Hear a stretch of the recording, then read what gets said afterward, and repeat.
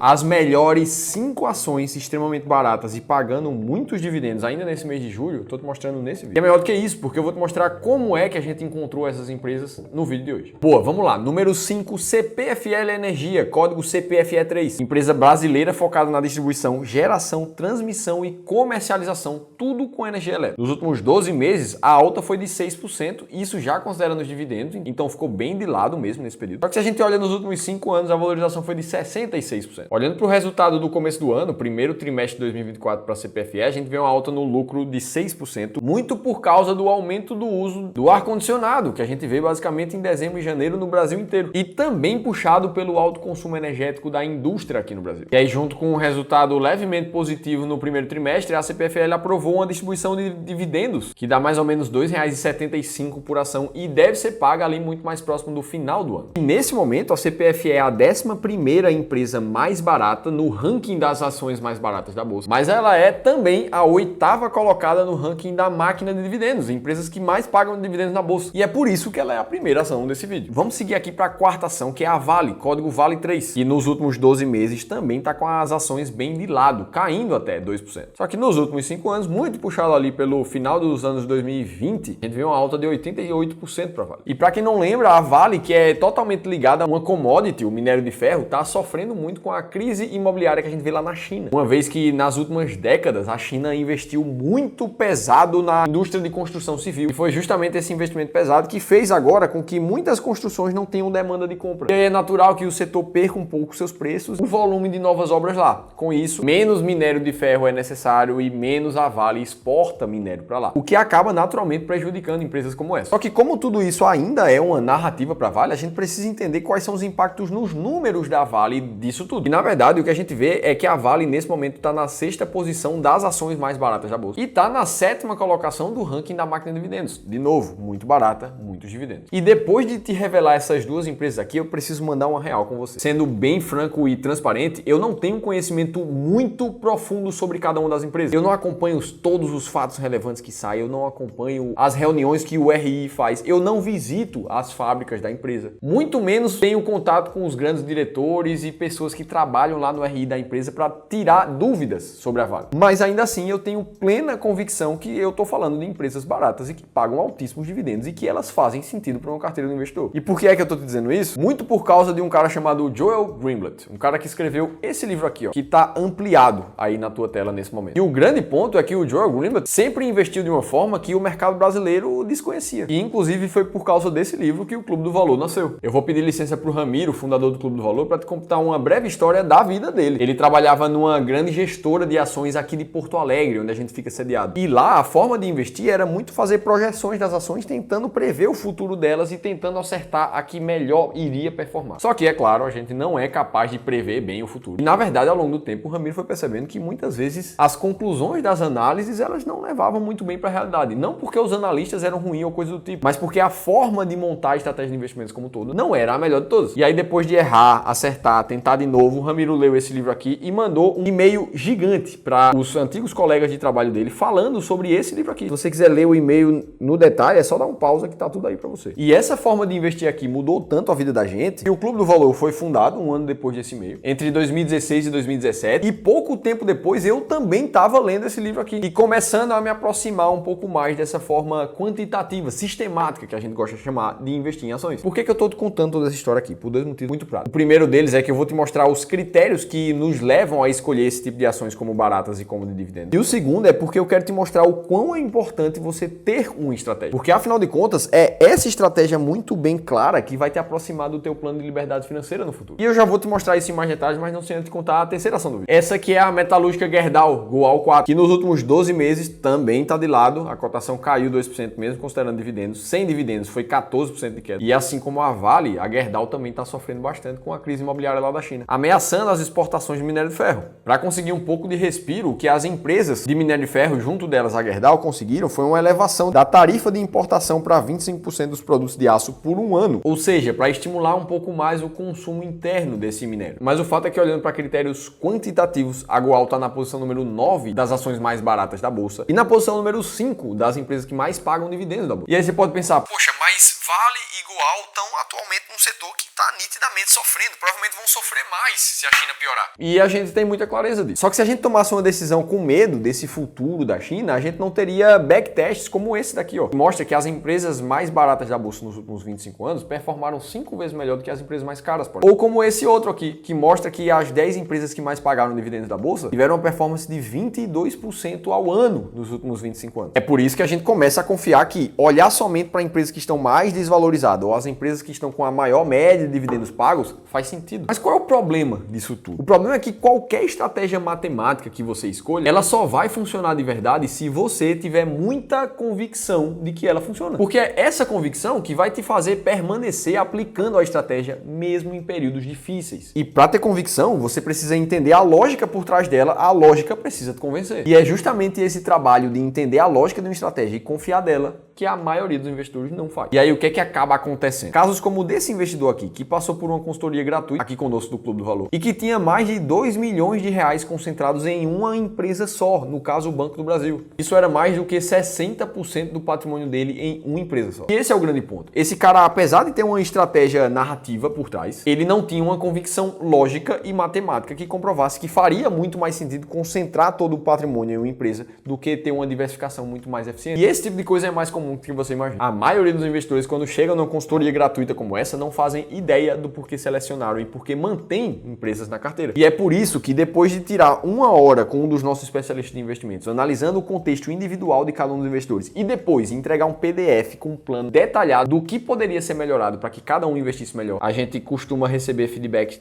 tipo esse aqui, ó. Tudo certo, gostei porque vocês foram direto ao ponto. Informações claras e sem enrolação. E o mais legal é que você também pode participar de uma consultoria gratuita como essa. Não vai te custar absolutamente nada. A única coisa que você precisa é preencher esse breve formulário que eu vou deixar aqui em cima para você ou no link da descrição do vídeo. Dito isso, vamos para a quarta ação do vídeo. Essa aqui desvalorizou 8% mesmo contando os dividendos e quando a gente tira os dividendos, a gente vê uma queda de 25% nessa empresa aqui. Mas nos últimos 5 anos, a alta foi de 140% e aí quem é que tá certo, quem é que tá errado? No começo desse ano, o que a gente viu foi uma alta de 30% do lucro líquido dessa empresa aqui. Alguns casos de análise, como o Bradesco BBI, esperavam mais do que isso. E o grande problema é que, como essa empresa atua no setor de produção de veículos no Brasil e na Argentina, um setor que ficou desaquecido no começo do ano, a expectativa é que ela aumentasse ainda mais seus juros. Mas por que eu estou citando ela aqui? Ela é a 10ª posição no ranking das ações mais baratas da Bolsa e é a 4ª posição no ranking da máquina de dividendos, mostrando que ela está barata e está pagando altos dividendos nesse momento. Essa empresa aqui, aliás, que é a Mali Metal Leve, de código LEVE 3. E aí aqui, muita gente pode olhar para isso e pensar, poxa, Felipe, eu devo ter uma estratégia focada em dividendos ou uma focada em ações baratas? Olha, isso depende do teu objetivo. Primeira premissa que a gente tem que lembrar é que não dá para ter tudo ao mesmo tempo. Então, se você é um investidor que quer um fluxo de dividendos maior na tua carteira, tudo isso com um risco reduzido dos teus investimentos, ora, então a máquina de dividendos é muito mais para você. Agora, se você quer um potencial de retorno muito mais alto, não tem problema em correr mais risco, mais volatilidade na carteira, e não se preocupa com um dividendo menor, então as ações baratas são para você. É exatamente isso que a gente vê num gráfico como esse, onde a barra laranja ficou maior na maioria dos anos, é justamente a média de dividendos distribuídos pela estratégia máquina de dividendos. Agora, em termos de retorno composto, o que a gente vê é que as ações mais baratas da bolsa nessa linha azul